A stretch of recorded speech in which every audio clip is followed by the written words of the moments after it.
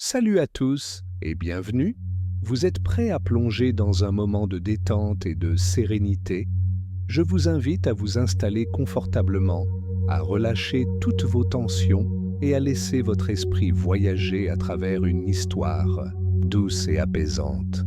Ensemble, prenons ce temps pour ralentir, rêver et se reconnecter avec notre imagination. Préparez-vous à une belle évasion.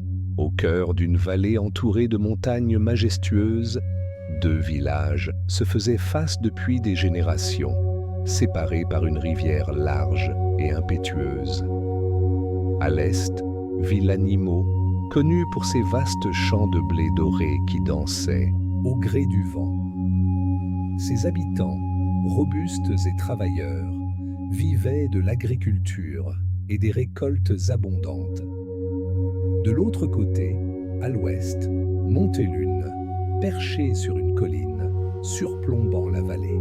Un village de bergers et d'artisans dont les mains habiles créaient des tissus et des objets d'une beauté sans pareille.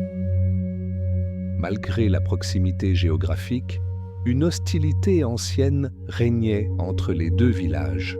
Les légendes locales racontaient qu'il y a bien longtemps, une querelle sur la propriété des terres fertiles avait éclaté, semant la discorde pour des générations.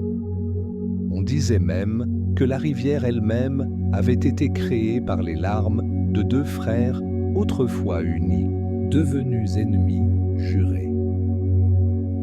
Le pont des souvenirs, construit en pierre blanche, poli par le temps, reliait autrefois les deux villages.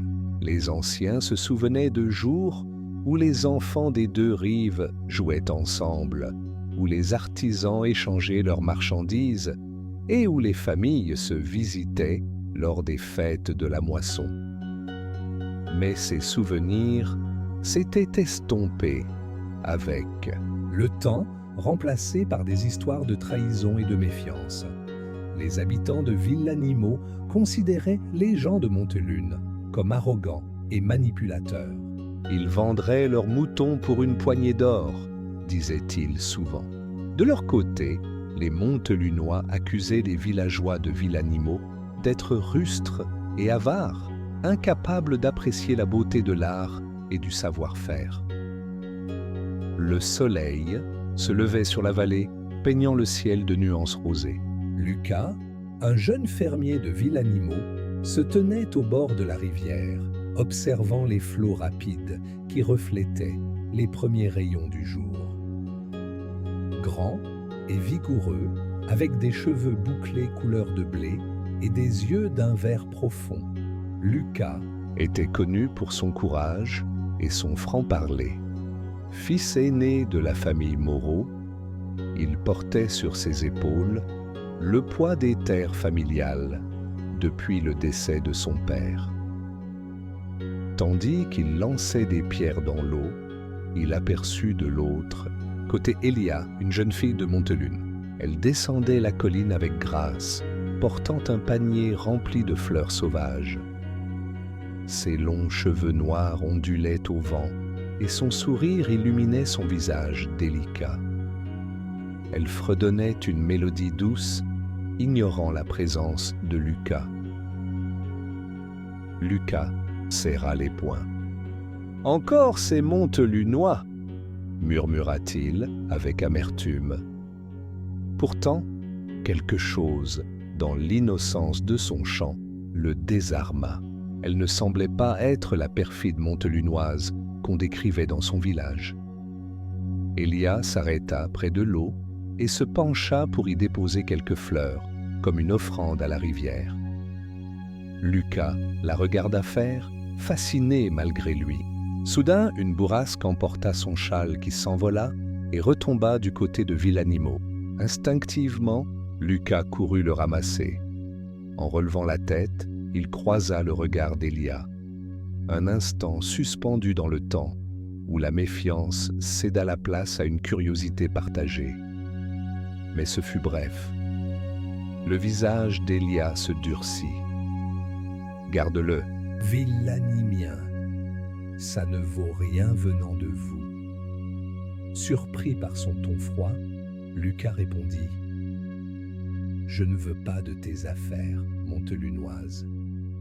Je te le rends pour que tu ne dises pas que les gens de Villanimo volent. Il lança le châle qui atterrit à ses pieds. Elle le ramassa avec dignité avant de tourner les talons. Le jour suivant, une tempête féroce s'abattit sur la vallée. Le vent hurlait comme un loup affamé et la rivière gonfla jusqu'à frôler ses berges. Le pont des souvenirs, fragilisé par des années de négligence, trembla sous la force des eaux déchaînées. Les habitants des deux villages regardaient, impuissants, la structure se fissurer avant de s'effondrer dans un fracas assourdissant. Le lendemain matin, alors que le ciel s'éclaircissait, Lucas se précipita vers la rivière. À sa grande horreur, le pont n'était plus qu'un amas de pierres dispersées dans l'eau tumultueuse. De l'autre côté, il aperçut Elia, les yeux écarquillés par l'incrédulité. « C'est fini », murmura-t-elle, en voyant les débris emportés par le courant. Le pont qui reliait leur monde venait de disparaître, renforçant la séparation déjà ancrée dans leur cœur. Le conseil de Villanimo se réunit en urgence. Gaspard, le maire, un homme robuste, à la barbe grisonnante, frappa du poing sur la table. Ce pont n'était qu'un souvenir d'une amitié révolue.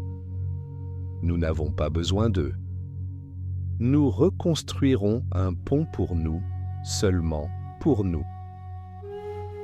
À Montelune, le sage Thibaut, respecté pour sa sagesse et sa vision du futur, tenta de raisonner les siens.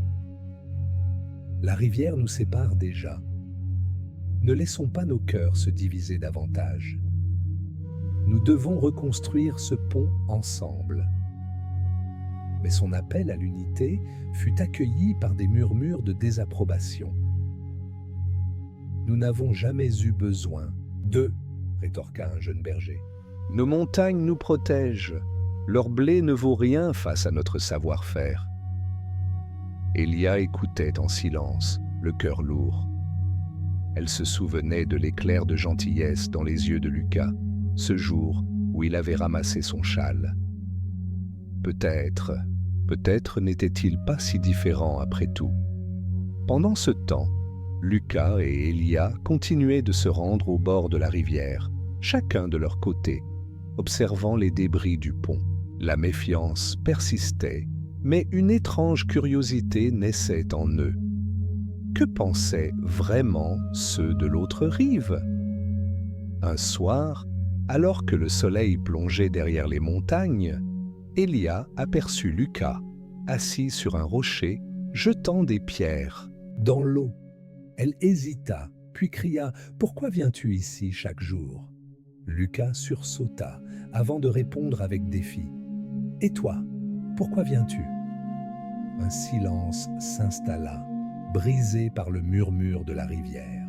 Elia baissa les yeux, pour me souvenir de ce que c'était avant. Elle leva la tête, ses yeux brillants de tristesse. Avant que tout ne s'effondre, Lucas sentit son cœur se serrer. Il n'avait jamais imaginé que l'autre rive pouvait ressentir la même douleur, la même perte. Ce jour-là, pour la première fois, ils ne se tournèrent pas le dos. Ils restèrent là, séparés par la rivière, mais unis par un sentiment partagé. Ainsi s'acheva la première scène, posant les bases d'une histoire de division et d'espoir. Le pont physique avait disparu, mais un autre, plus fragile et plus puissant, commençait à se former dans les cœurs de deux âmes courageuses. Les jours qui suivirent l'effondrement du pont des souvenirs, une atmosphère pesante régnait sur la vallée. La rivière, devenue plus large et plus turbulente depuis la tempête, semblait narguer les habitants des deux villages. Les souvenirs des jours anciens où le pont unissait les rives, s'effaçait peu à peu, remplacé par une rancœur de plus en plus vive. À Villanimo, le travail des champs continuait, mais l'absence du pont rendait les échanges plus compliqués. Les quelques commerçants qui osaient autrefois traverser pour vendre leurs récoltes aux artisans de Montelune durent renoncer. Les greniers se remplissaient, mais les pièces d'or devenaient rares. Le maire Gaspard, voyant ses concitoyens inquiets, prit la parole sur la place du village. « Nous n'avons besoin de personne d'autre. Nos terres sont fertiles, notre travail est honnête. Nous survivrons par nous-mêmes, comme nous l'avons toujours fait, » déclara-t-il d'une voix forte, son regard déterminé balayant la foule. Un murmure approbateur parcourut l'assemblée. Lucas, au milieu des villageois, resta silencieux, songeur. Les paroles d'Elia résonnaient encore dans son esprit. Pour me souvenir de ce que c'était avant, un étrange sentiment de nostalgie le rongeait. De l'autre côté de la rivière, à Montelune, la situation n'était guère meilleure. Le manque de matières premières se faisait sentir. Le bois pour les charpentes, le blé pour le pain, tout cela venait autrefois de Villanimo. Les artisans peinaient à trouver de quoi travailler, et les étals du marché perdaient de leur éclat. Au conseil des anciens, le sage Thibaut tenta une nouvelle fois de convaincre les siens.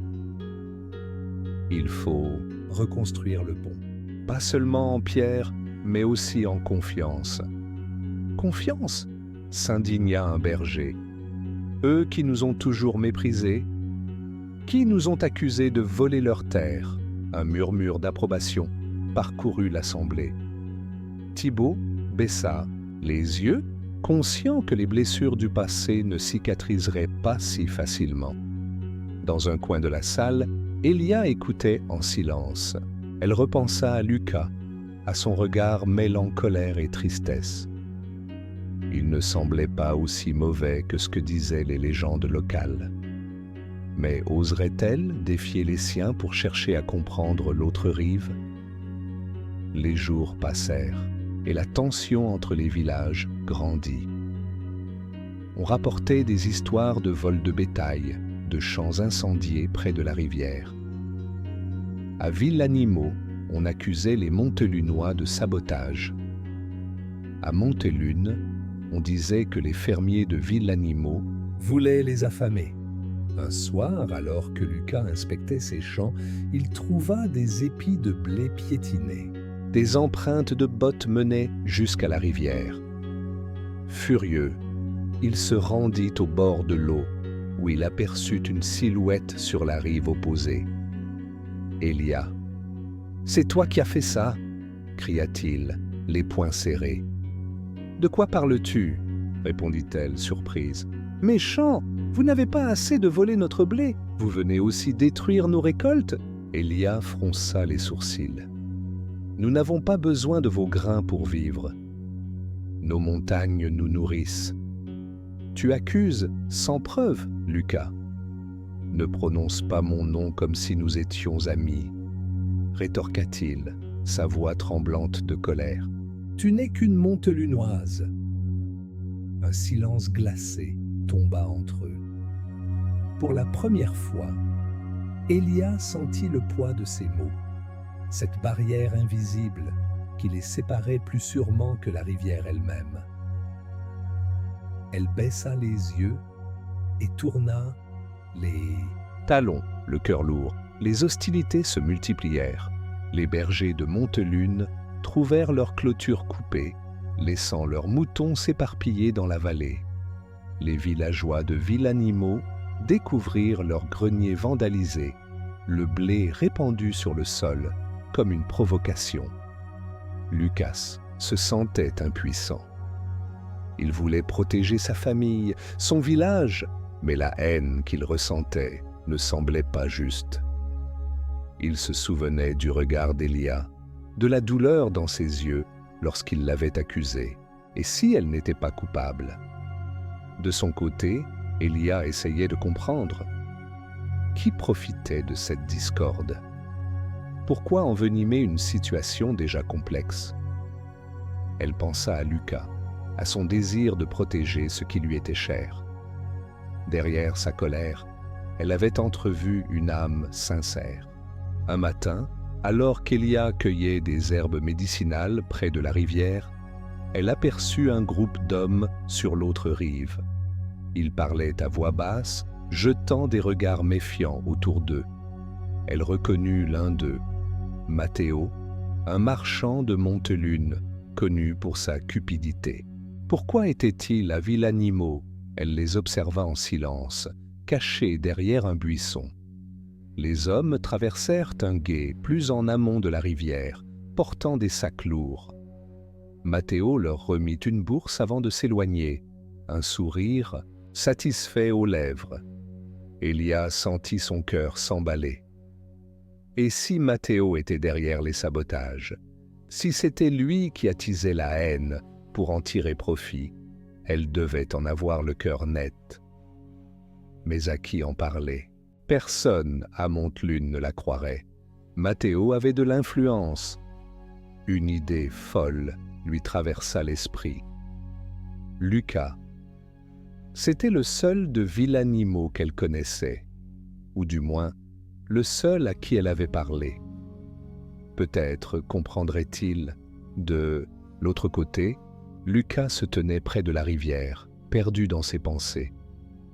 Il aperçut Elia, hésitante, comme si elle cherchait le courage de l'appeler. Finalement, elle leva la voix. « Lucas !» Il la regarda, surpris. « Je dois te parler. C'est important. » Il fronça les sourcils, méfiant. « Pourquoi te croirais-je ? » Parce que nos villages souffrent. Parce que je crois que quelqu'un manipule cette haine pour son propre intérêt. Lucas hésita. Son instinct lui disait de se méfier. Mais il y avait une sincérité dans ses yeux qui le troubla. « Je t'écoute. »« Pas ici, trop d'oreilles, écoute. » Elle montra un endroit plus en amont où les arbres masquaient la rivière. « Rencontre-moi là-bas, demain au crépuscule. » Lucas la fixa un long moment, puis hocha la tête. « Si c'est un piège, tu le regretteras. » Elia soutint son regard. « Ce n'est pas un piège. C'est une chance. Peut-être notre seule chance de sauver nos villages. » Sur ces mots, elle tourna les talons et s'éloigna, laissant Lucas seul avec ses doutes et ses espoirs. Ainsi s'acheva la scène 2, où les tensions atteignirent un point de non-retour, mais où une lueur d'espoir naquit grâce à l'audace d'Elia. Le fossé entre les deux villages se creusait, mais peut-être qu'un autre pont, invisible, commençait à se construire entre deux cœurs courageux. Le crépuscule étendait son voile doré sur la vallée, enveloppant les montagnes d'une lueur douce et mystérieuse. La rivière murmurait doucement, comme si elle chuchotait des secrets aux pierres polies par le temps. Lucas se tenait à l'endroit convenu, caché derrière un bosquet d'arbres touffus qui masquait sa silhouette. Son cœur battait fort.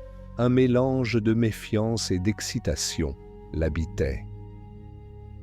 Et si c'était un piège, pensa-t-il, les yeux rivés sur la rive opposée. Pourtant, quelque chose dans les paroles d'Elia résonnait en lui. Cette sincérité qui l'avait troublé. Mais la prudence était de mise. Depuis l'effondrement du pont, les tensions n'avaient cessé de grandir et toute confiance mal placée pouvait s'avérer fatale. Un bruissement le fit sursauter.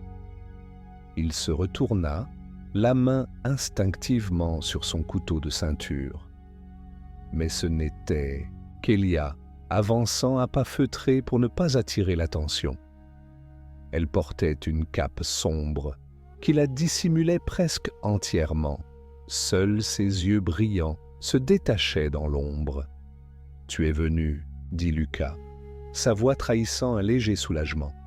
« Tout comme toi, » répondit-elle, ses yeux scrutant les alentours. « Es-tu venu seul ?»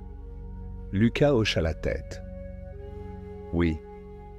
Et toi ?»« Oui. Personne ne doit savoir que nous nous parlons. Ni à Montelune, ni à Villanimo. » Ils restèrent un instant silencieux, le poids de leurs villages respectifs pesant sur leurs épaules. Finalement, Elia prit une profonde inspiration. « J'ai vu quelque chose qui pourrait tout changer. » Lucas fronça les sourcils. « Qu'as-tu vu ? » Des hommes de Montelune et de Villanimo. Ensemble, ils échangeaient des sacs près du gué, plus haut dans la vallée. L'un d'eux était Matteo. Nom de Matteo fit l'effet d'une décharge électrique sur Lucas. Matteo, ce marchand véreux, je savais qu'il n'était pas net, mais il ne ferait jamais affaire avec des Montelunois, pas après ce qu'ils ont fait à son père. Elia secoua la tête. Apparemment, l'or n'a pas de frontières.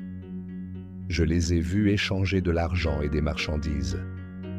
Des sacs lourds, trop lourds pour n'être que du grain. Lucas sentit la colère monter en lui. Alors c'est lui. Matteo attise les tensions pour s'enrichir. C'est lui qui orchestre les sabotages. Je n'en ai pas de preuves. Juste mes yeux et mes doutes. Mais cela expliquerait beaucoup de choses, comme les clôtures coupées et les greniers vandalisés. Lucas serra les poings. Il faut le dénoncer. Elia posa une main hésitante sur son bras. Pas encore. Sans preuve, personne ne nous croira. Matteo est influent, même à Montelune. Il pourrait retourner nos villages contre nous. Nous devons être prudents.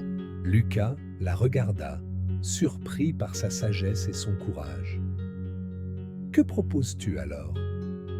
Elle lui expliqua son plan. Il devrait espionner Matteo et ses complices, découvrir leur cachette et obtenir des preuves irréfutables.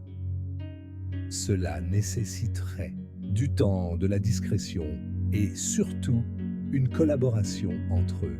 « Tu veux qu'on travaille ensemble ?» Lucas eut du mal à cacher son scepticisme. Nous n'avons pas le choix. Si nous voulons sauver nos villages, nous devons dépasser cette haine ancestrale. Le pont en pierre a disparu, mais peut-être pouvons-nous en construire un autre, invisible, entre nous. Lucas resta silencieux, luttant contre des années de préjugés inculqués depuis l'enfance. Mais en plongeant dans les yeux d'Elia, il ne vit ni ennemi, ni traîtresse. Juste une âme aussi perdue que la sienne, dans cette vallée déchirée par la haine. D'accord, faisons-le, ensemble. Les jours suivants, Lucas et Elia se rencontrèrent en secret, utilisant les bois pour dissimuler leur déplacement. Ils espionnèrent Matteo, observant ses allées et venues. Ils découvrirent qu'il utilisait une vieille grange abandonnée, près du gué, pour stocker les marchandises volées et conclure ses affaires douteuses. Un soir, cachés derrière des rochers, ils aperçurent Matteo converser avec des hommes venus de Villanimo. L'un d'eux n'était autre que Ivan, un fermier respecté du village de Lucas. Ce dernier n'en croyait pas ses yeux. « Ivan, mon voisin, comment a-t-il pu trahir ainsi son propre village ? L'or peut acheter bien des âmes, » murmura Elia, le regard sombre. Ils observèrent en silence, tandis que Matteo distribuait des sacs de pièces en échange de sacs de blé volés. Puis il donna des instructions précises. Sabotez leur champ cette nuit. Faites-leur croire que ce sont les Montelunois. La haine doit grandir encore, jusqu'à ce que je contrôle tout le commerce de cette vallée. Lucas sentit sa mâchoire se serrer de rage. Mais alors qu'il s'apprêtait à bondir pour confronter Matteo, Elia le retint. « Pas maintenant. Si tu te dévoiles, tout sera perdu. Nous avons besoin de preuves solides. » Lucas respira profondément, maîtrisant sa colère. « Tu as raison. Nous devons être malins. » Le lendemain, ils mirent leur plan à exécution. Tandis que Matteo et ses hommes quittaient la grange, Lucas et Elia pénétrèrent à l'intérieur. À la lueur de leurs lanternes, ils découvrirent des sacs marqués du sceau de vil animaux, remplis de grains volés, des outils de sabotage, des cordes, coupées et des preuves évidentes de la conspiration. Mais alors qu'ils prenaient des preuves, un bruit les fit sursauter. Matteo, accompagné d'Ivan, se tenait à l'entrée, un sourire cruel aux lèvres. « Je me demandais qui fouinait autour de mes affaires. Un Villanimien et une Montelunoise. Quelle ironie !» Lucas se plaça devant Elia, son couteau à la main. « Tu n'iras pas plus loin, Matteo. Ta trahison s'arrête ici. » Matteo éclata de rire. « Ah, tu crois pouvoir m'arrêter? Tu n'es qu'un gamin naïf, Lucas. Et toi, Elia, trahir ton propre village? Quelle honte !» Elia soutint son regard, avec défi. « Ce que tu fais détruit nos villages. Je ne laisserai pas ta cupidité condamner les miens. » Matteo fit signe à Ivan de les attaquer. Un combat féroce s'engagea. Lucas lutta avec rage, défendant Elia avec acharnement. Ensemble, ils réussirent à neutraliser Ivan, mais Matteo s'échappa dans la nuit, jurant de se venger. Essoufflés mais victorieux, ils se regardèrent en silence. Pour la première fois, ils avaient combattu ensemble, côte à côte. La méfiance avait laissé place à un respect mutuel. « Nous avons les preuves, mais Matteo ne renoncera pas si facilement, » déclara Lucas, essuyant la sueur de son front. « Alors nous continuerons à nous battre, ensemble, » répondit Elia, déterminé. Le pont qu'il construisait n'était pas fait de pierre, mais de courage et de confiance. Le matin se leva sur la vallée, baignant les montagnes d'une lueur dorée. La rivière continuait de couler, indifférente au conflit des hommes. Mais sur ses rives, l'atmosphère était électrique. Lucas et Elia, marqués par les événements de la veille, avaient pris une décision audacieuse, révéler la vérité à leurs villages respectifs. Ils s'étaient séparés au lever du jour, sachant que leur alliance devait rester secrète pour l'instant. Le poids des preuves trouvées dans la grange pesait lourd sur leurs épaules. Matteo avait juré de se venger, et il savait qu'il ne reculerait devant rien pour protéger ses intérêts. À Villanimo, Lucas franchit la porte de la maison familiale, le visage fermé. Sa mère, Clara, une femme forte au regard doux, l'attendait, l'inquiétude visible sur son visage. « Où étais-tu toute la nuit sans un mot? Tu sais à quel point c'est dangereux en ce moment. » Lucas hésita un instant, mais il savait qu'il ne pouvait plus mentir. « Maman, je dois parler au conseil du village. Il se passe des choses graves. » Clara le regarda avec inquiétude. Des choses graves? De quoi parles-tu, Lucas? Il prit une profonde inspiration. Je t'expliquerai tout, mais d'abord, je dois parler à Gaspard et aux anciens. La vérité doit éclater. Peu après, Lucas se rendit à la maison du conseil, un bâtiment en pierre où les décisions importantes étaient prises. Le maire Gaspard l'attendait déjà, entouré des anciens du village. Des visages graves et des yeux méfiants se tournèrent vers lui lorsqu'il entra. « Que viens-tu faire ici, Lucas ?» demanda Gaspard, sa voix résonnant dans la salle. Lucas avança, le regard déterminé. « Je viens révéler la vérité. Matteo est derrière les sabotages. Il orchestre tout pour s'enrichir en jouant sur notre haine des Montelunois. » Un murmure de stupeur parcourut l'assemblée. « Quelle preuve as-tu » demanda un ancien, sceptique. Lucas sortit les objets récupérés. Dans la grange, les sacs de grains volés, marqués du sceau de Villanimo, les outils de sabotage et des lettres signées de la main de Matteo, détaillant ses manigances. Gaspard examina les preuves, son visage se durcissant à mesure qu'il comprenait l'ampleur de la trahison. « Matteo, un de nos propres commerçants. Comment as-tu obtenu ces preuves ?» Lucas hésita. Devait-il révéler l'aide d'Elia? Non, cela risquait de compromettre leur alliance. Je l'ai suivi. Ses complices ont parlé, pensant être seuls. Matteo utilise la haine pour diviser nos villages, pour mieux régner sur le commerce de la vallée. Un silence lourd s'installa. Finalement, Gaspard frappa du poing sur la table. Nous ne tolérerons pas la trahison. Matteo doit être arrêté. Mais si ce que tu dis est vrai, cela signifie que nous nous trompons d'ennemis depuis longtemps. Lucas acquiesça. Les Montelunois ne sont pas nos ennemis. La vraie menace vient de ceux qui exploitent notre division.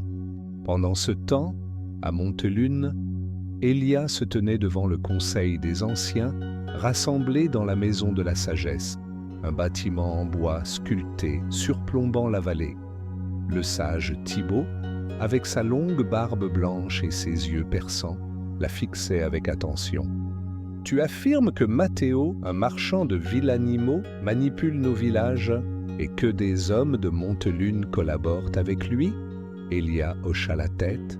« J'ai vu les échanges de mes propres yeux. Ils payent nos hommes pour saboter les récoltes de Villanimo et accuser notre village. Tout cela pour contrôler le commerce. » Tic-tac, murmure de choc parcourut les anciens. « Des traîtres parmi nous, » murmura un berger les poings serrés. « Qui oserait trahir son propre sang? Ceux que l'or corrompt, » répondit Thibaut, pensif. « Mais comment es-tu sûr de ce que tu avances, Elia ?» Elle sortit les preuves qu'elle et Lucas avaient à rassembler, les lettres, les registres de paiement, les noms des complices. Je les ai trouvés dans une grange près du gué. Matteo se sert de cette cachette pour coordonner ses attaques. Thibaut examina les documents, son visage se durcissant à mesure qu'il découvrait l'ampleur du complot. « Nous avons été... aveuglés par notre rancœur, » dit-il, sa voix empreinte de regret. « Et tu as découvert tout cela seul. » Elia hésita. Devait-elle mentionner Lucas? Non, cela risquait de compromettre leur alliance naissante. J'ai suivi mon instinct et les traces laissées par les saboteurs. La vérité devait éclater. Thibaut hocha la tête, admiratif. Tu as montré du courage, Elia, mais cela ne suffira pas. Matteo ne se laissera pas arrêter sans combattre, et ses complices sont nombreux, tant à Villanimo qu'à Montelune. Un frisson parcourut l'assemblée. Les ennemis n'étaient pas ceux de l'autre rive, mais des traîtres parmi eux. « Que faisons-nous maintenant » demanda un ancien, la voix tremblante. Thibaut se leva, son regard déterminé. « Nous unissons nos forces avec Villanimo. Le temps de la division est révolu.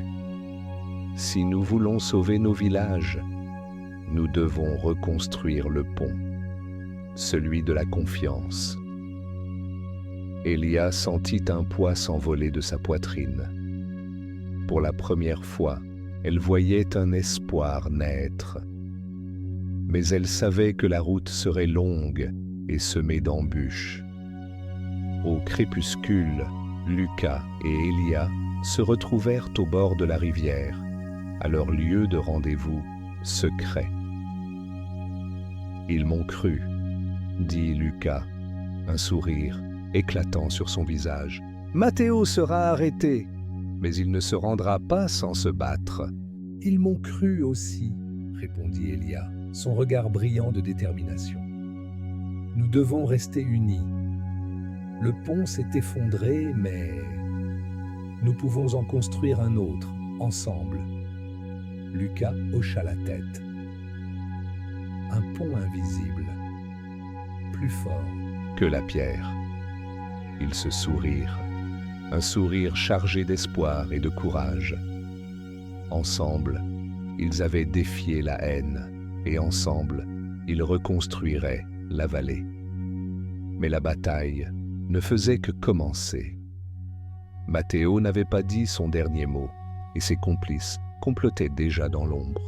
Les nouvelles de la trahison de Matteo se propagèrent à une vitesse fulgurante à travers les vallées de Villanimo et de Montelune.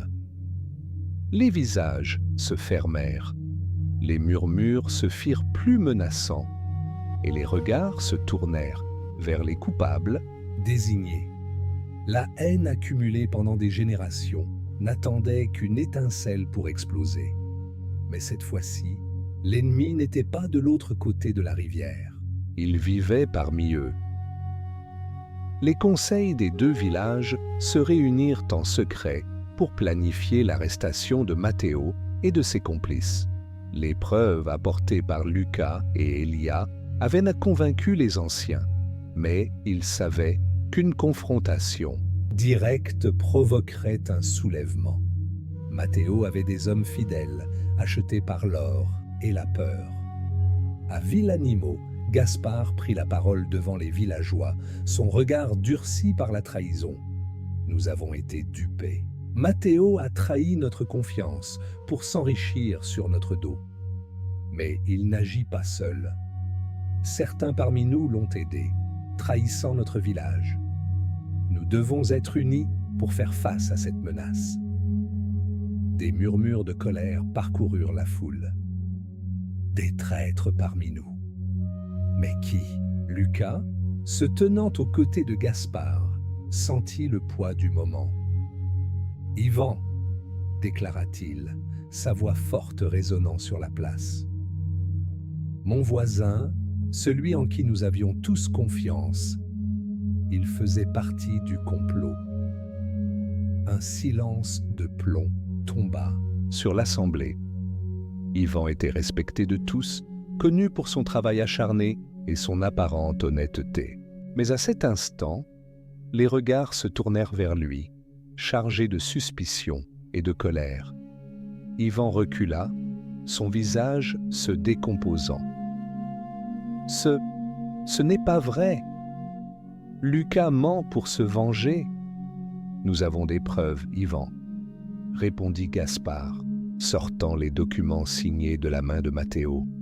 « Des preuves irréfutables de ta participation au sabotage. » Pris au piège, Ivan tenta de fuir, mais les villageois le saisirent, le menant de force devant le conseil. « Traître ! Tu as volé notre blé pour t'enrichir.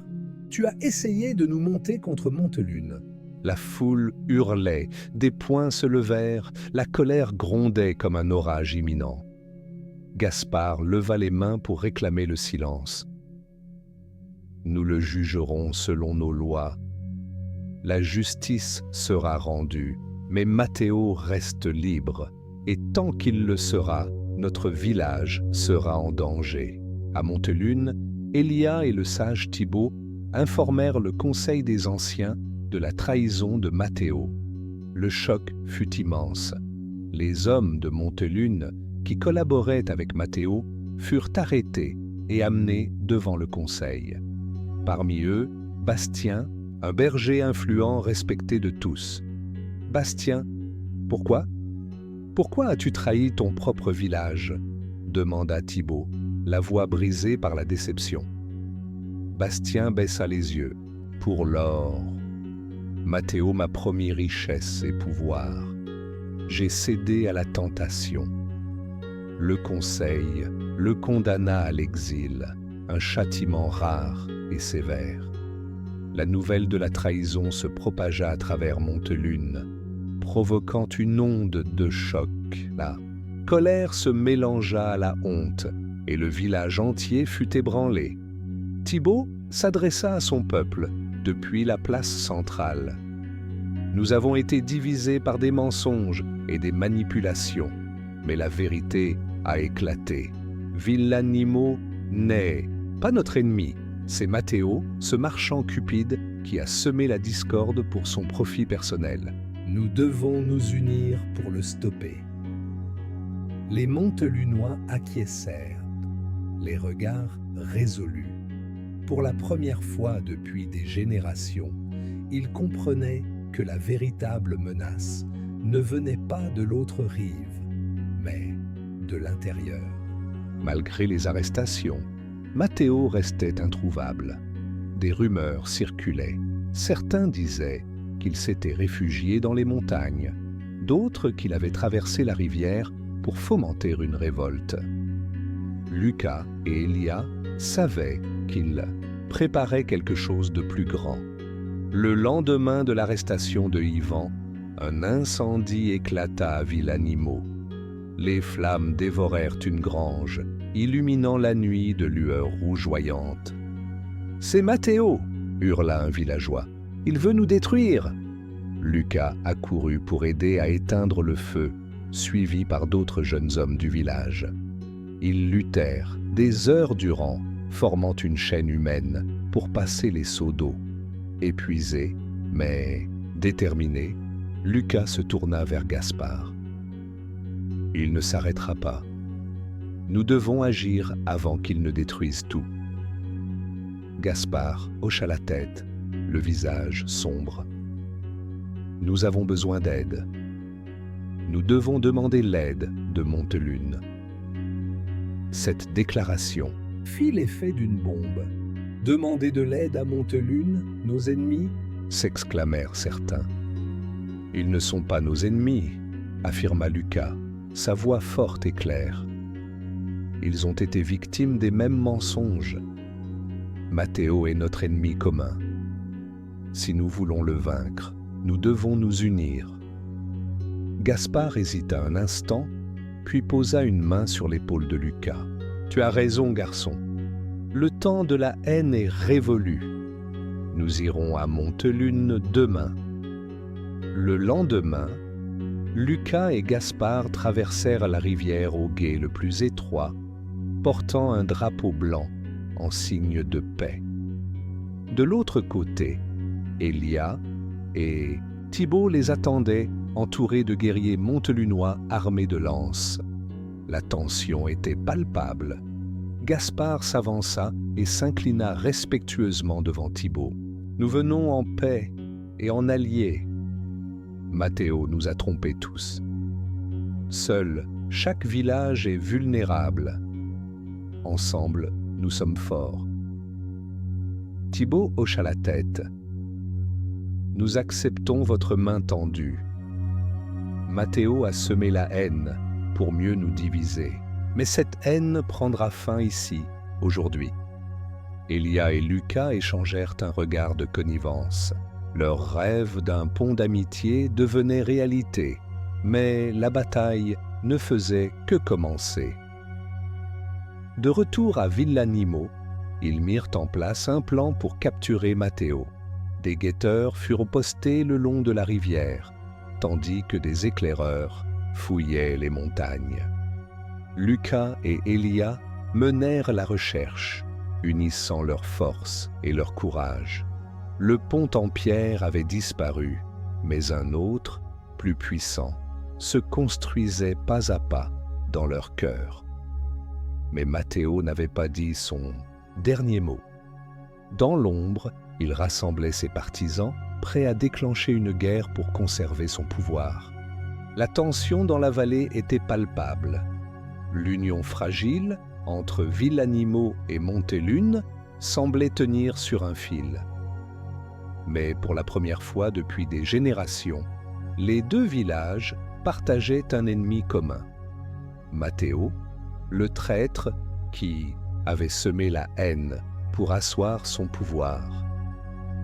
Les éclaireurs avaient localisé sa cachette, une vieille forteresse abandonnée dans les montagnes, autrefois un bastion de défense contre les envahisseurs. Matteo s'y était retranché avec ses partisans, bien décidés à défendre leurs acquis par la force. Les chefs des deux villages, Gaspard et Thibaut, se réunirent avec leurs conseillers pour élaborer un plan d'attaque. Lucas et Elia, ayant prouvé leur courage et leur intelligence, furent invités à participer aux discussions. Dans la maison du conseil de Villanimo, le silence était pesant alors que les cartes de la vallée étaient étalées sur une grande table en bois. Gaspard désigna la forteresse sur le parchemin. Matteo a choisi un emplacement stratégique. Le seul accès direct est par ce sentier étroit. Toute attaque frontale serait suicidaire. Thibaut acquiesça, le regard perçant. Mais il y a un passage secret, un ancien tunnel qui mène à l'intérieur des murailles. Peu de gens en connaissent l'existence, sauf moi. Tous les regards se tournèrent vers le vieil homme. Cette forteresse appartenait autrefois à ma famille. Mon grand-père y a vécu. Le tunnel était un passage de secours en cas de siège. Nous pouvons l'utiliser pour entrer sans être vus. Lucas se redressa, les yeux brillants de détermination. Je mènerai l'assaut par le tunnel. Elia se leva à son tour. Je viens avec toi. Nous avons commencé cette bataille ensemble. Nous la finirons ensemble. Un murmure d'approbation parcourut l'assemblée. Gaspard frappa du poing sur la table. C'est décidé. Lucas et Elia mèneront un petit groupe à travers le tunnel pour ouvrir les portes de l'intérieur. Pendant ce temps, nous feindrons une attaque frontale pour distraire les gardes. Thibaut hocha la tête. Nous agirons à l'aube. Matteo ne s'attendra pas à ce que nos deux villages s'unissent contre lui. Le soir venu, Lucas et Elia se préparèrent pour l'assaut. Ils se retrouvèrent au bord de la rivière, à leur lieu de rendez-vous habituel. Le ciel était parsemé d'étoiles et la lune brillait haut, éclairant leurs visages déterminés. « C'est enfin le moment », murmura Elia, serrant son épée à la ceinture. Lucas acquiesça. « Nous allons mettre fin à cette haine et reconstruire ce pont dont nous avons rêvé. » Ils se regardèrent en silence, un lien invisible les unissant. Le pont qu'ils construisaient n'était pas de pierre, mais d'espoir et de confiance. « Promets-moi une chose, Lucas, » dit Elia, son regard intense. « Tout ce que tu veux. Ne fais pas le héros. Nous devons revenir ensemble. Nos villages ont besoin de nous. Ensemble. » Lucas sourit, un sourire sincère et chaleureux. « Je te le promets, Elia. Ensemble, nous reviendrons. » L'aube pointait à l'horizon lorsqu'ils atteignirent l'entrée du tunnel, dissimulé derrière un mur de lierre épais. Lucas, Elia et un groupe de guerriers des deux villages s'engouffrèrent dans l'obscurité, avançant à pas feutrés. Le tunnel était étroit et humide, l'air y était lourd. Le silence n'était troublé que par le bruit de leurs pas sur le sol pierreux. Elia marchait devant, son regard fixé, droit devant elle, déterminé à affronter Matteo. Lucas la suivait de près, veillant à sa sécurité. Ils atteignirent enfin une porte en bois massif, marquée par le temps. Lucas posa une main sur l'épaule d'Elia. « C'est maintenant. » Elle hocha la tête, le regard brûlant de courage. Ils enfoncèrent la porte en silence et débouchèrent à l'intérieur de la forteresse, dissimulée dans l'ombre des murs épais. Devant eux, des gardes patrouillaient, ignorant leur présence. Lucas fit signe à ses compagnons de se diviser. Elia et lui se glissèrent le long du mur, atteignant la salle principale où Matteo attendait, entouré de ses fidèles. « Tout est en place, maître », rapporta un garde. Les villageois s'entre-déchireront bientôt et vous régnerez sur la vallée. Matteo sourit, un sourire cruel et arrogant. Parfait. Ils se battent pour des préjugés que j'ai nourris, et ils n'en ont même pas conscience. La colère monta en Lucas. Il serra les poings, prêt à bondir, mais Elia le retint. « Pas encore. Attendons l'ouverture des portes. » Pendant ce temps, à l'extérieur, Gaspard et Thibaut menaient l'attaque de diversion. Les guerriers des deux villages chargèrent la forteresse en poussant des cris de guerre, attirant l'attention des gardes qui se précipitèrent sur les remparts. Profitant de la confusion, Lucas et Elia neutralisèrent les gardes à l'intérieur et ouvrirent les portes de la forteresse. Leurs alliés s'engouffrèrent à l'intérieur, prenant Matteo par surprise. « Traître !» hurla Lucas en faisant face à Matteo, son épée dégainée. « Tu as manipulé nos villages pour ton profit. Cela s'arrête ici. » Matteo éclata de rire. « Pauvre idiot, tu crois vraiment pouvoir m'arrêter? Je contrôle cette vallée depuis des années. Vous n'êtes que des pions dans mon jeu. Tu as semé la haine, mais nous avons trouvé la force de nous unir, » répliqua Elia. « Ton règne de terreur prend fin maintenant. » Matteo dégaina son épée, un sourire mauvais aux lèvres. « Venez donc me chercher, si vous en avez le courage. » Un duel féroce s'engagea. Lucas et Elia combattirent côte à côte, leurs mouvements synchronisés comme une danse mortelle. Matteo se battait avec une rage alimentée par la haine, mais Lucas et Elia étaient portés par quelque chose de plus puissant, l'espoir d'un avenir meilleur. Après un combat acharné, Lucas désarma Matteo tandis qu'Elia le tenait en respect, avec son épée. « C'est terminé, Matteo !» déclara Lucas. « Tes mensonges ont été révélés. La vallée est libre. » Matteo tomba à genoux, vaincu. « Vous n'avez rien gagné. » La haine ne disparaît pas si facilement.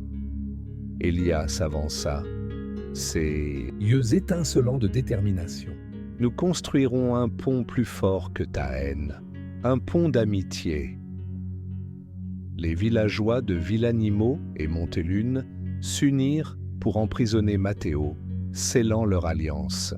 Pour la première fois depuis des générations, ils se tenaient ensemble. Sur le même sol, le pont d'amitié venait de naître, invisible mais indestructible. Le vent soufflait doucement sur la vallée, apportant avec lui une brise fraîche chargée de promesses. Le soleil se levait lentement, projetant ses rayons dorés sur la rivière tumultueuse qui séparait encore physiquement Villanimo de Montelune, mais dont les eaux semblaient désormais moins hostiles. Après la chute de Matteo et l'échec de son complot, un silence pesant régnait sur les deux villages. Les trahisons avaient laissé des cicatrices profondes. Et même si l'ennemi commun avait été vaincu, la méfiance n'avait pas disparu. Le pont d'amitié n'était encore qu'une idée fragile, comme une flamme vacillante dans l'obscurité. À Villanimo, les villageois s'étaient rassemblés sur la place principale. Gaspard, le maire, se tenait sur une estrade de bois, son visage grave mais déterminé. À ses côtés, Lucas regardait la foule, conscient que son rôle ne faisait que commencer. Gaspard leva la main pour réclamer le silence. Matteo a été vaincu, sa trahison a été exposée et il paiera pour ses crimes. Un murmure d'approbation parcourut la foule, mais une tension persistait. Un fermier leva la voix, et les Montelunois, ils ont comploté avec lui. Comment pouvons-nous leur faire confiance après tout ce qu'ils nous ont fait subir? Lucas prit une profonde inspiration et s'avança.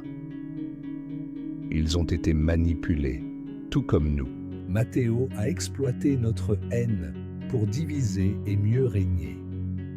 Mais nous avons découvert la vérité, ensemble. Un silence sceptique accueillit ces paroles.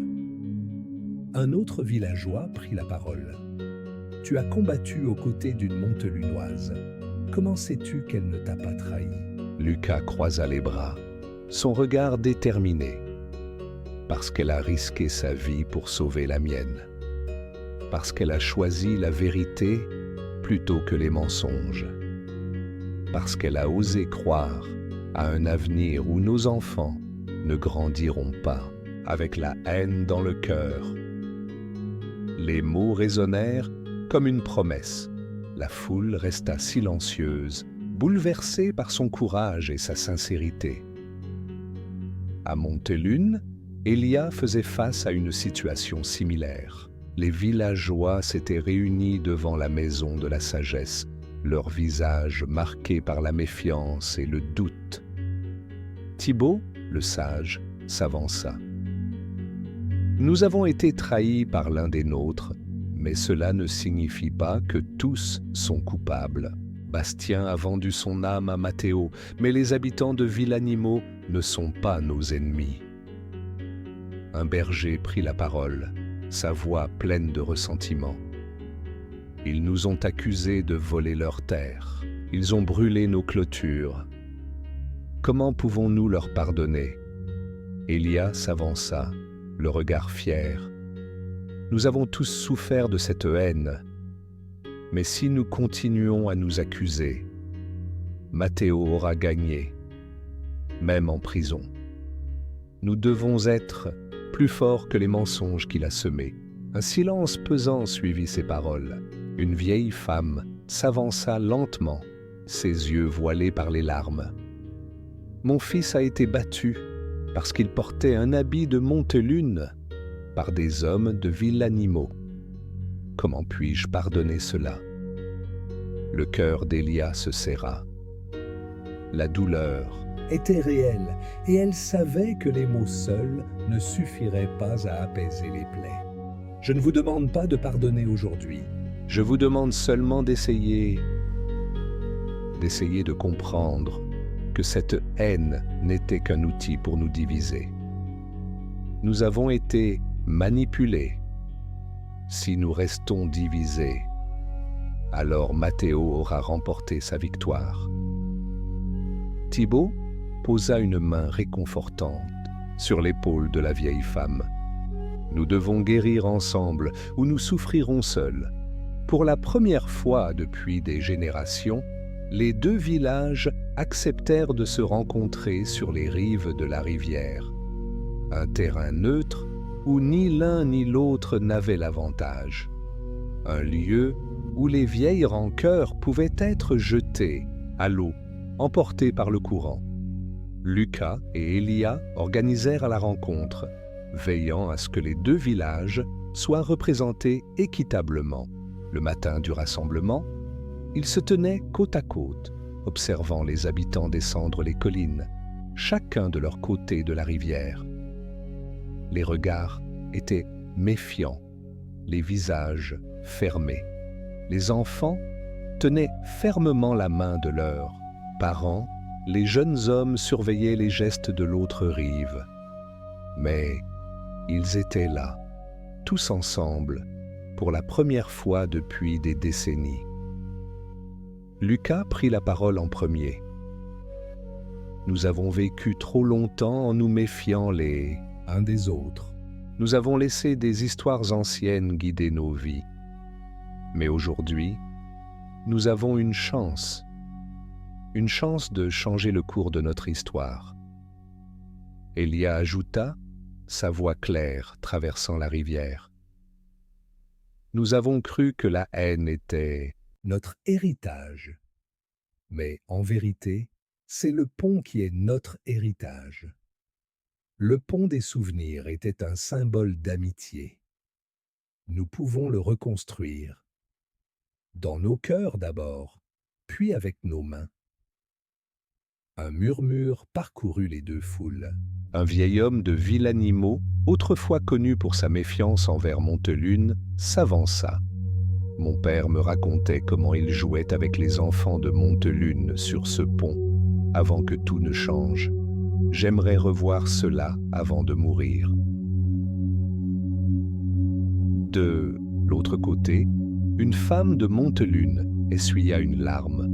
Ma grand-mère me parlait des foires où nous échangions nos étoffes contre leur blé. Peut-être que ce temps n'est pas révolu. Lentement, les barrières tombèrent. Des sourires timides apparurent. Un jeune homme de Villanimaux tendit la main à un berger de Montelune. « Je m'appelle Adrien. Et toi ?» L'autre hésita un instant, avant de serrer sa main. « Mathéo, enchanté. » Lucas et Elia se regardèrent, émus.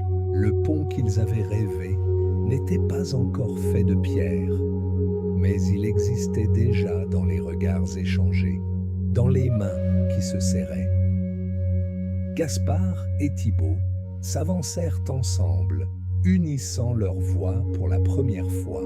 Nous reconstruirons le pont, pas seulement de pierre, mais aussi de confiance. Les deux villages applaudirent, les cœurs allégés. La rivière ne serait plus une frontière, mais un lien entre eux. Le soleil se levait lentement sur la vallée, projetant des reflets dorés sur la rivière tumultueuse qui séparait Villanimaux de Montelune. Pour la première fois depuis des générations, les rives opposées n'étaient pas seulement un symbole de division, mais aussi un lieu de rencontre, de réconciliation et de promesse d'avenir. Sur les deux rives, les villageois s'affairaient dès l'aube, armés de pelles, de pioches et de planches de bois. Hommes, femmes, jeunes et vieux travaillaient ensemble dans une chorégraphie harmonieuse. Les cris de commande se mêlaient aux rires et aux discussions. Animés, Lucas et Elia, à la tête du projet, veillaient à ce que chaque tâche soit coordonnée. Ils avaient passé des nuits entières à planifier la reconstruction du pont des souvenirs, dessinant des plans, calculant les mesures et réorganisant les équipes. Leurs regards se croisèrent alors qu'ils dirigeaient les ouvriers. « Ça prend forme, tu ne trouves pas ?» demanda Lucas, un sourire de satisfaction aux lèvres. « Oui, mais il reste encore un long chemin à parcourir, » répondit Elia, essuyant la sueur de son front. « Le plus difficile commence à peine. » Lucas hocha la tête. Il savait qu'il ne s'agissait pas seulement de reconstruire un pont de pierre, mais aussi de guérir les cœurs blessés par des décennies de haine. Les premiers jours, les tensions restaient palpables. Les groupes de travail étaient souvent formés par affinité, Villanimaux d'un côté, Montelune de l'autre. Les regards méfiants n'avaient pas encore disparu, et les vieilles rancœurs refaisaient parfois surface. Un après-midi, alors que les ouvriers travaillaient à la fondation du pont, un désaccord éclata entre Mathieu, un charpentier de Villanimo, et Adèle, un tailleur de pierre de Montelune. « Tu places les pierres de travers. Tu veux que tout s'écroule » lança Mathieu, le visage rouge de colère. « Je construis des murs depuis que tu portes des couches, villanimien. Ne viens pas m'apprendre mon métier, » répliqua Adèle, les sourcils froncés. Le ton monta rapidement, attirant l'attention des autres ouvriers. Les anciennes rancœurs refirent surface, et bientôt, des insultes fusèrent. « Tu veux encore nous voler, comme vos ancêtres l'ont fait avec nos terres ?» cracha Mathieu. « Peut-être que si vous travailliez autant que... »« Vous vous plaignez, ce pont serait déjà terminé !» répliqua Adèle. Lucas accourut pour séparer les deux hommes, suivi d'Elia. « Ça suffit !» cria Lucas, s'interposant entre eux. « Nous ne sommes pas ici pour raviver les haines, mais pour les éteindre. »« Comment pourrais-je travailler avec quelqu'un qui me méprise ?» grogna Mathieu. Elia prit la parole, sa voix ferme mais douce, en faisant le premier pas. « Nous avons tous été blessés par cette haine, mais si nous continuons à nous battre, ce pont ne verra jamais le jour. » Les deux hommes baissèrent les yeux, honteux. Lucas posa une main sur l'épaule de Mathieu. « Nous construisons plus qu'un pont. Nous construisons l'avenir de nos enfants. Faisons-le ensemble. » Après un silence lourd, Adèle tendit la main à Mathieu. « Travaillons ensemble, pour nos villages. » Mathieu hésita un instant, puis serra la main de son ancien ennemi. « D'accord, pour nos enfants. » Ce jour-là, une pierre invisible fut posée dans le pont de réconciliation. Malgré ces tensions, le chantier avançait. Des équipes de charpentiers construisaient les échafaudages pendant que les tailleurs de pierre façonnaient les blocs de fondation. Les femmes apportaient de l'eau et des provisions, encourageant les ouvriers avec des chants traditionnels. Lucas et Elia travaillaient sans relâche, donnant l'exemple par leur détermination. Leur amitié inspirait les autres, montrant que l'unité était possible. Mais tous n'étaient pas prêts à accepter cette réconciliation. Une nuit, alors que les échafaudages prenaient forme, un incendie éclata.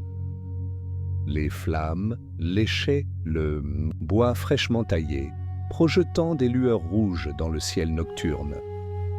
Les villageois accoururent pour éteindre l'incendie, formant une chaîne humaine pour passer les seaux d'eau. Gaspard inspecta les débris carbonisés, son visage sombre. Ce n'était pas un accident. Quelqu'un veut saboter notre projet. Thibaut hocha la tête, son regard dur. La haine a encore des racines profondes. Tout le monde ne souhaite pas la paix. Lucas serra les poings. Nous ne les laisserons pas gagner. Nous reconstruirons, encore et encore s'il le faut. Elia posa une main sur son épaule. Nous reconstruirons autant de fois que nécessaire, mais nous devons trouver qui fait cela. Les soupçons se portèrent sur un groupe de jeunes hommes de Villanimo, connus pour leurs opinions extrêmes contre Montelune. Mais après enquête, il apparut que le feu avait été allumé depuis la rive de Montelune. Des accusations furent lancées. « Les Montelunois sabotent le pont pour nous accuser », crièrent certains à Villanimo. « Ce sont les Villanimiens qui veulent nous diviser à nouveau », rétorquèrent ceux de Montelune. Lucas et Elia firent tout leur possible pour apaiser les tensions, mais la méfiance grandissait. Ils décidèrent de monter des gardes nocturnes, composés de volontaires des deux villages, pour protéger le chantier. Une nuit, alors qu'ils montaient la garde ensemble, Lucas et Elia entendirent un bruit de pas furtifs. Ils suivirent l'ombre jusqu'à un bosquet. Près de la rivière, à leur grande surprise, ils découvrirent Jean, un vieil homme de vil animaux, agenouillé près d'un feu de camp. Lucas s'approcha, incrédule. « Jean, pourquoi fais-tu cela ?»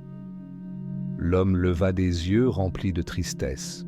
« Ce pont représente la fin de tout ce que j'ai connu.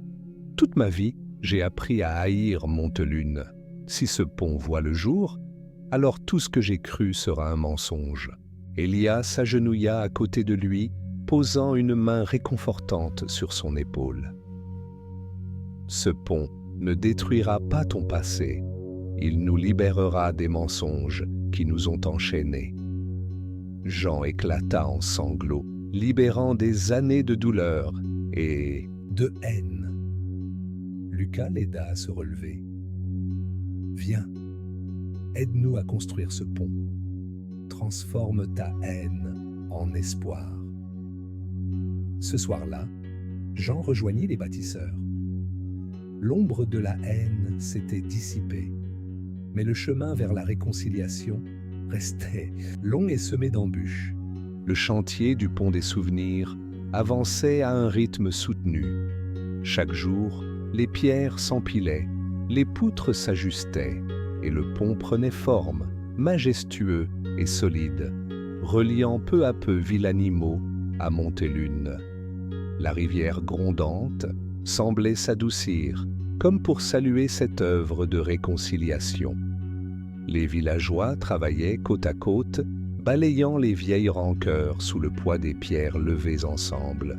Des amitiés naissaient, des rires s'élevaient, et les enfants des deux rives jouaient autour du chantier, imaginant déjà le jour où ils courraient sur le pont, sans crainte ni méfiance. Pourtant, tout le monde n'était pas prêt à embrasser cette paix naissante. Dans l'ombre, des murmures de mécontentement persistaient. La haine ancestrale ne s'effaçait pas si facilement, et certains refusaient de voir disparaître les barrières qui avaient défini leur vie. À Villanimaux, un groupe de mécontents se réunissait en secret dans la grange de Lucien, un fermier âgé dont le fils avait été blessé lors d'un affrontement avec des Montelunois des années auparavant. Pour lui, pardonner était une trahison. « Nous ne pouvons pas laisser ce pont voir le jour, » déclara Lucien, le regard sombre.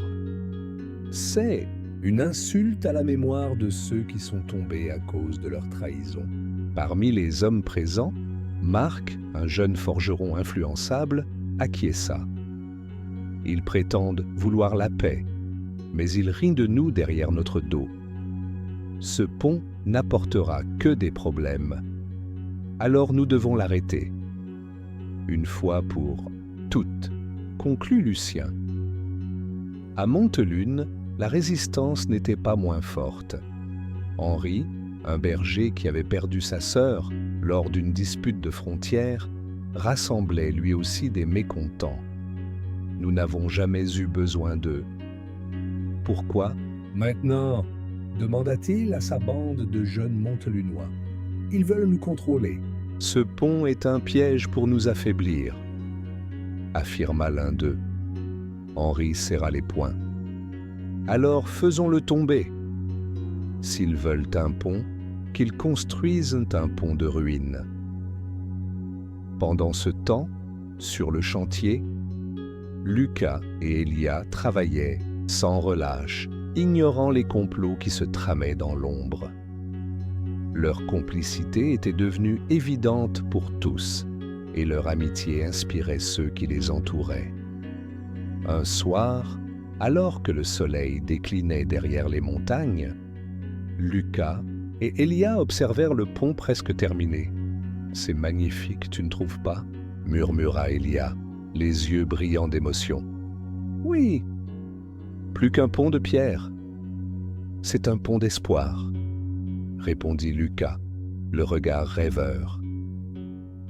Ils restèrent un moment, en silence, absorbés par la beauté de l'instant.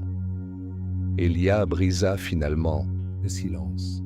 « Lucas, penses-tu que nous réussirons? Que nos villages oublieront un jour cette haine ?» Lucas prit une profonde inspiration. « Ce ne sera pas facile. La haine ne disparaît pas du jour au lendemain. Mais ce pont est le premier. Passe! S'ils peuvent traverser cette rivière ensemble, alors ils pourront peut-être un jour traverser leurs préjugés. » Elia hocha la tête, touché par ces mots. « Merci, Lucas, pour ton courage et ton amitié. » Il lui sourit, un sourire sincère et chaleureux. « Nous avons construit bien plus qu'un pont, Elia. Nous avons construit un avenir. » Mais dans l'ombre, les saboteurs passaient à l'action. La nuit même, alors que tout le village dormait, un groupe de comploteurs se glissa sur le chantier. Lucien et Marc, de Villanimo, accompagnés d'Henri et de 2 jeunes Montelunois, portaient des torches et des outils pour détruire les fondations. « Nous n'avons pas beaucoup de temps, » chuchota Henri. « Si quelqu'un nous voit, c'est fini. Personne ne nous verra. Ils dorment tous, bercés par leurs rêves de paix ridicules, » grogna Lucien. « Allez, dépêchons-nous. » Ils placèrent des explosifs artisanaux sous les piliers du pont, s'assurant de les dissimuler sous les pierres de soutien. Quand ça explosera, ils accuseront l'autre village. La haine reviendra, plus forte encore, ricana Marc. Nous aurons notre vengeance. Ils allumèrent les mèches et s'éloignèrent rapidement, laissant les flammes lécher lentement les cordes imprégnées de poudre. Mais ils n'étaient pas seuls. Lucas et Elia, en patrouille nocturne, avaient aperçu les ombres sur le chantier. En s'approchant, ils comprirent l'ampleur du danger. « Ils veulent tout détruire !» s'exclama Lucas, les yeux écarquillés. « Si les explosifs sautent, le pont ne résistera pas. Nous devons agir maintenant, » répondit Elia, déterminé. Ils coururent vers les piliers, sentant l'odeur de la poudre se mêler à la fraîcheur de la nuit. Sans hésiter, Lucas se jeta sur une mèche enflammée et l'éteignit de ses mains nues, grimaçant de douleur. « Lucas !» cria Elia, inquiète. « Ça va! On doit éteindre les autres !» Ils se précipitèrent sur les mèches restantes, les éteignant à la dernière seconde. Le silence retomba sur le chantier, seulement troublé par leur souffle. Rapide. « Nous avons réussi. Le pont est sauf, » murmura Elia, les yeux brillants de soulagement. Lucas hocha la tête, épuisé, mais victorieux. « Oui, mais nous devons trouver les coupables. Si nous n'arrêtons pas ceux qui refusent de pardonner, ils reviendront. » À l'aube, les villageois découvrirent les traces de sabotage. La colère monta rapidement, les accusations fusant de part et d'autre. « Ce sont les Montelunois !» accusa un homme de Villanimo. « Ce sont les Villanimiens qui veulent tout contrôler !» répliqua un Montelunois. Lucas et Elia intervinrent avant que la situation ne dégénère. « Nous avons vu les saboteurs. Ils venaient des 2 villages.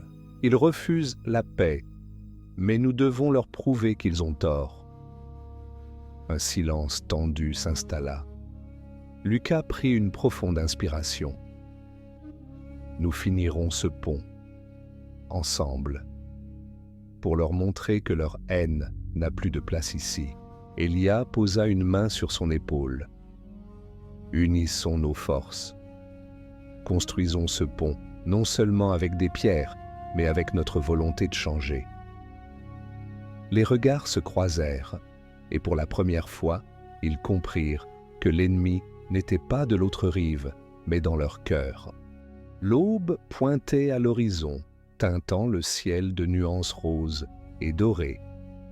La vallée se réveillait doucement, bercée par le murmure de la rivière, qui, pour la première fois depuis des générations, n'était plus un symbole de division, mais un lien entre Villanimo et Montelune.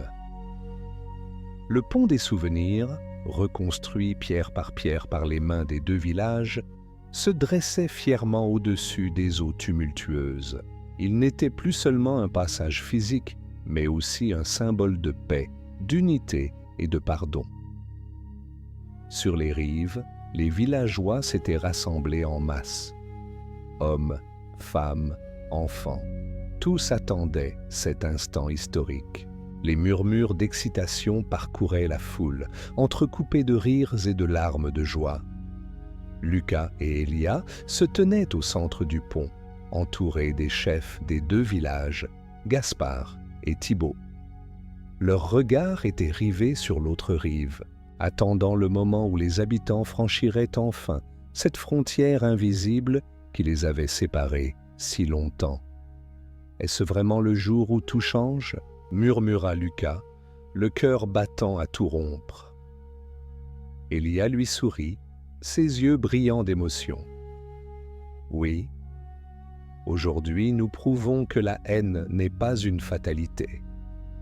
Aujourd'hui, nous choisissons l'espoir. » Lucas hocha la tête, sentant les larmes lui monter aux yeux. « Nous avons construit bien plus qu'un pont, Elia.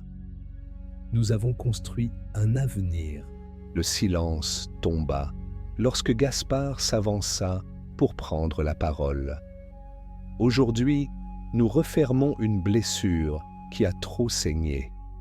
Aujourd'hui, nous honorons ceux qui ont souffert à cause de cette haine. Et nous leur promettons que leurs enfants vivront en paix. » Sa voix tremblait d'émotion, et il dut s'interrompre pour reprendre son souffle. Le pont des souvenirs n'est pas seulement fait de pierre, il est fait de pardon, de courage et d'amitié. Il se tourna vers Thibaut, qui avança à son tour. Nos villages ont été divisés par des mensonges, mais aujourd'hui, nous choisissons la vérité. La vérité que nous sommes tous frères, unis par cette vallée que nous aimons. Les villageois écoutaient en silence, certains essuyant des larmes, d'autres se tenant la main pour se soutenir. Que le premier à franchir ce pont le fasse en paix, sans haine ni rancœur, déclara Thibaut. Un murmure d'hésitation parcourut la foule. Puis Mathieu, le charpentier de Villanimo, qui s'était autrefois disputé avec Adèle, le tailleur de pierre de Montelune, fit un pas en avant. Il s'avança sur le pont, ses pas résonnant sur les pierres fraîches. Tous retinrent leur souffle lorsqu'il s'arrêta au milieu, faisant face à Adèle, qui s'avançait depuis l'autre rive. Les deux hommes se regardèrent en silence, les yeux chargés d'émotion. Puis, dans un geste inattendu, Mathieu tendit la main. « Nous avons construit ce pont ensemble, puissions-nous le traverser ensemble aussi ?» Adèle resta figée un instant, les yeux écarquillés de surprise. Puis il saisit la main tendue, la serrant fermement. « Oui, ensemble !» Un tonnerre d'applaudissements éclata, résonnant à travers la vallée. Des cris de joie s'élevèrent, des larmes de soulagement coulèrent, et les premières familles commencèrent à traverser le pont, main dans la main. Lucas et Elia les regardaient passer, émus aux larmes. « Ils ont réussi », murmura Lucas, la voix brisée par l'émotion. Elia hocha la tête, incapable de parler, les yeux remplis de larmes de bonheur. Ils échangèrent un regard, un sourire complice. Puis Lucas tendit la main à Elia. « Nous l'avons construit ensemble. Traversons-le ensemble. » Elia saisit sa main, la serrant avec reconnaissance. « Pour le futur, pour nos villages, pour l'espoir. » Ils avancèrent côte à côte, leurs mains entrelacées, franchissant ensemble la frontière qui avait séparé leurs ancêtres. Alors que le pont s'emplissait de villageois riant et pleurant de joie, une silhouette solitaire observait la scène depuis une colline surplombant la vallée. Lucien, l'homme qui avait tenté de saboter le pont, regardait en silence. Son visage était marqué par la tristesse et le regret. Ses poings étaient serrés, mais ses yeux trahissaient une profonde mélancolie. « J'ai échoué, le passé disparaît et avec lui tout ce que j'ai connu », murmura-t-il, les larmes aux yeux. À ses côtés, Henri, le berger de Montelune qui avait comploté avec lui, baissa la tête. « Ils ont trouvé la force de pardonner. Mais je n'y arrive pas. » Lucien posa une main sur son épaule. « Nous avons été aveuglés par notre douleur, mais regarde-les. Ils ont choisi l'espoir. Peut-être que nous pouvons essayer aussi. » Henri le regarda en silence, puis hocha lentement la tête. « Oui, essayons. » Ils descendirent la colline, leur cœur lourd, mais prêt à chercher la rédemption. Le soleil monta haut dans le ciel, illuminant le pont des souvenirs désormais rempli de vie et de joie. Le rire des enfants résonnait, des chansons s'élevaient, et les familles des deux villages partageaient leurs repas, leurs histoires, leurs rêves. Le pont n'était plus seulement un passage. Il était devenu un lieu de rencontre, de partage, de promesse d'un avenir meilleur. Lucas et Elia observaient la scène depuis le centre du pont, le cœur empli de fierté et d'espoir. « Nous avons réussi, Lucas, » murmura Elia. « Oui, grâce à toi, grâce à nous, » répondit-il. En souriant, ils se regardèrent en silence, le vent jouant avec leurs cheveux. Puis, sans un mot, ils tournèrent leurs regards vers l'avenir, vers ce monde qu'ils avaient contribué à changer. Le pont des souvenirs s'étendait devant eux, solide et majestueux. Un pont d'amitié bâti non seulement de pierre, mais aussi de courage, de pardon et d'amour. Merci d'avoir pris le temps de regarder cette vidéo. Si vous avez aimé ce moment de détente, n'oubliez pas de laisser un petit like, de vous abonner à la chaîne pour ne rien manquer et d'activer la cloche pour être alerté des prochaines histoires. Votre soutien fait toute la différence et m'aide à continuer à partager ces instants avec vous. À très bientôt pour une nouvelle aventure